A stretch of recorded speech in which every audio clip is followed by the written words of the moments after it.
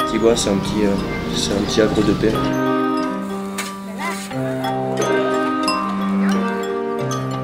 Je veux dire que j'ai de la chance parce que c'est une ville magnifique. Et donc oui, c'est une ville vraiment qui n'a rien à voir avec le reste du Guatemala. Elle a vraiment son charme, elle est moins dangereuse que pas mal d'autres villes.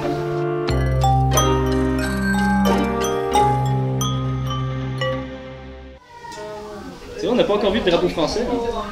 Ben si, quand tu rentres. Ah ouais? Florian Aybry, ça veut dire que je m'appelle Florian Aybry. Ben, je m'appelle Samuel. Je m'appelle Franck Facien. Je m'appelle Betsabe Teves. Mon nom, Claude Boucher. Je suis français.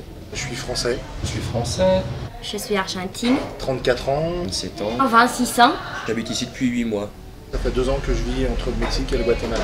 J'ai 8 ans que je suis installé au Guatemala. Depuis bientôt 7 ans. C'est mon 2e séjour au Guatemala en coopération internationale. Et ici, je suis directeur de l'Alliance. Je dis que je travaille à l'Alliance, mais... Mon nouveau métier, la restauration auquel je ne connaissais rien. Ça fait 3 mois que je fais du chocolat. Bon, je suis en train de finir mon Master 2 à l'Université de Rouen, en France. Et bon, maintenant, je suis prof à l'Alliance, ça fait 3 ans. Depuis décembre dernier, avec Médecins du Monde France. Je ne suis pas médecin, je ne suis pas français.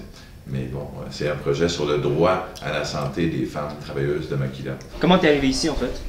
Au Guatemala, parce que j'ai déjà travaillé en Alliance française. En fait, j'avais fait un stage en Colombie. Ça m'avait vachement plu, j'étais resté 9 mois. J'ai vraiment aimé l'Amérique du Sud. Après, je m'étais baladé au Pérou et en Bolivie. Et c'est des contrats d'1 an renouvelables qui permettent de travailler à l'étranger en étant payé par le ministère en France. J'ai fait un voyage d'1 an avec un ami, donc on a passé en gros 6 mois au Mexique, 6 mois au Guatemala. C'est là que j'ai rencontré ma femme. Ras-le-bol de la France, ras-le-bol de mon boulot en France.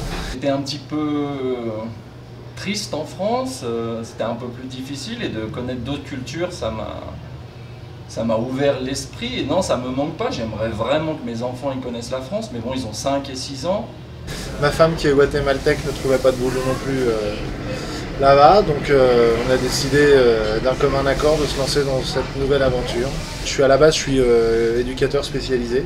Moi, je suis venu avec un ami en vacances et en arrivant ici au Guatemala, eh ben, je suis tombé amoureux de la demoiselle colombienne qui est maintenant ma femme. Et depuis, ben, je suis jamais retourné en France. L'Alliance française, c'est quand même un espace où toute la mission pédagogique est primordiale. Et à côté, donc, il y a le culturel où là, c'est diffuser la culture française, faire venir des artistes français. Bah alors, il y en avait 65 et là, il y en a 169 dans l'Alliance et puis on en a une cinquantaine maintenant dehors. Ça dépend beaucoup des directeurs d'Alliance. Moi, je suis plus aussi pour diffuser la culture française, mais bon, diffuser carrément de la culture tout court, quoi. C'est important, je pense aussi que les gens d'ici puissent se sentir impliqués et se dire tiens, on va travailler avec l'Alliance française même si on ne parle pas français. Même si... Ça aussi, avoir plus d'élèves, c'est aussi sur des trucs comme ça, on rencontre du monde de cette façon-là. Est-ce que tu penses que le français en Amérique a un rôle à jouer? Puis s'il a un rôle à jouer, ça serait quoi finalement? Je pense que le français a un rôle à jouer. Ici, ils sont trop habitués à apprendre l'anglais et disons, c'est l'anglais la seule langue qui sert. Les Français pourraient aider quand même un petit peu à favoriser la diversité des langues, quoi, et aussi un rôle à jouer au niveau culturel.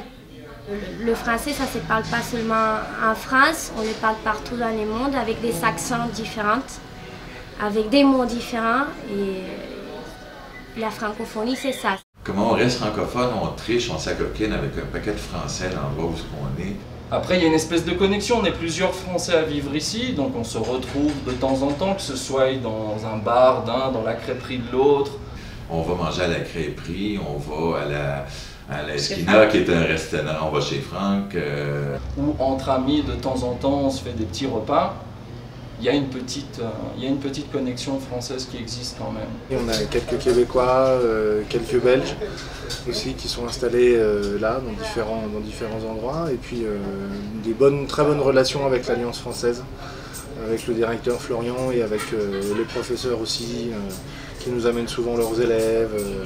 Et puis on a l'attrait numéro 1 de la crêperie, c'est le pastis. On vend du pastis, donc ça c'est quand même, c'est assez accrocheur quoi.